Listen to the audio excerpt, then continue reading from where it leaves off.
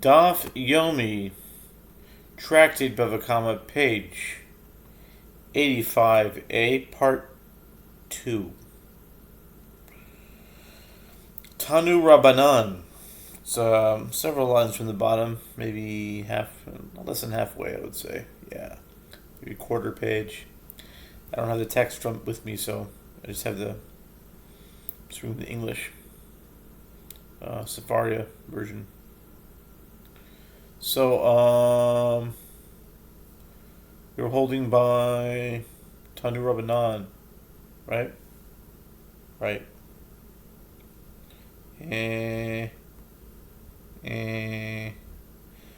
The sages taught in Braita, from where is it derived that if growths appear due to the injury, and the wound reopened, then the one who caused the injury is again liable to heal him by covering his medical costs, and he is liable to give him the value of his loss of livelihood while he recovers from the reopened wound.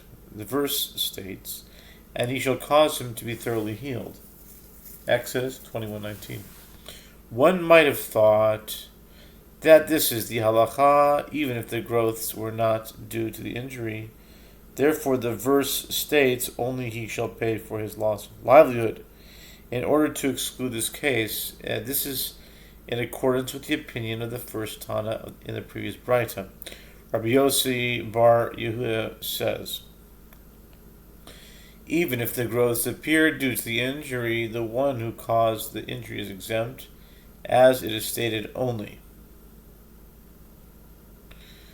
There are those who say that Rabbi Yossi bar Yehuda says, even if the growths appear due to the injury, the one who caused the injury is completely exempt from paying compensation both for medical costs and loss of livelihood. And this is in accordance with the opinion of the later rabbis in the previous brisa.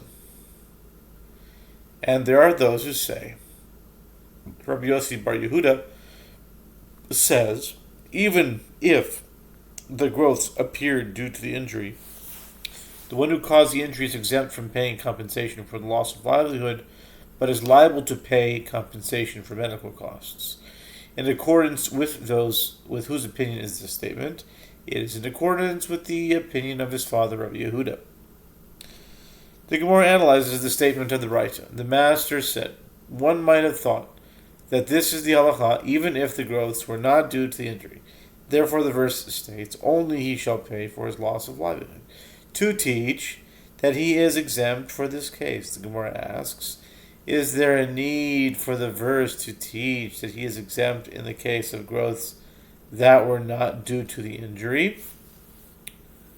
The sages say, what did the Braita mean when it said that the growths were not due to the injury, as it is taught in a Braita in the case of one who violated his doctor's instructions and ate honey or ate any type of sweet food which the doctor had instructed him not to eat because of the fact that honey or any type of sweet foods are detrimental to the recovery from the injury, and his injury developed garguteni, whatever that means. Who knows? One might have thought that the one who caused the injury should be liable to heal him by covering his medical costs. Therefore, the verse states only to teach that he is exempt in this case. The Gemara asks, what is the meaning of garguteni? And Bava said, necrosis. What is its remedy? Crystalline ice plant and wax and wine dregs. Interesting. The Gemara presents several halachot concerning compensation for medical costs, and if the one who caused the injury says to the injured party, I will heal you myself, as I am a doctor, the injured party may say to him, you are to me as a predatory lion, in that I fear you, and I do not trust you to heal me. And if the one who caused the injury says to the injured party, I will bring a doctor who heals for no cost, so that I will not need to pay for your medical costs, the injured party may say to him, a doctor who heals for no cost is worth nothing. And if the one who caused the injury says to the injured party, I will bring you a doctor from a distant place, the injured party may say to him, a doctor from a distant place blinds the eye. A local doctor has an incentive to ensure that the patient fully heals, while a doctor from a distant place has no incentive to monitor the patient once he has received his fee.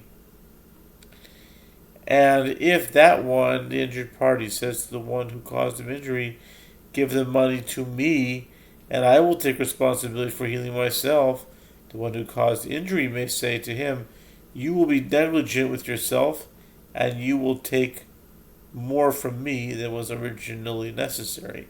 And if the injured party says to the one who caused him injury, settle a fixed sum for me to cover my medical costs, and I will take care of my own recovery, the one who caused him the injury may say to him, all the more so with this proposal is there a concern that you will be negligent with yourself, as you will wish to profit, and you will not spend the money on your own recovery, and people will call me an ox that causes damage because I caused an injury from which you did not recover.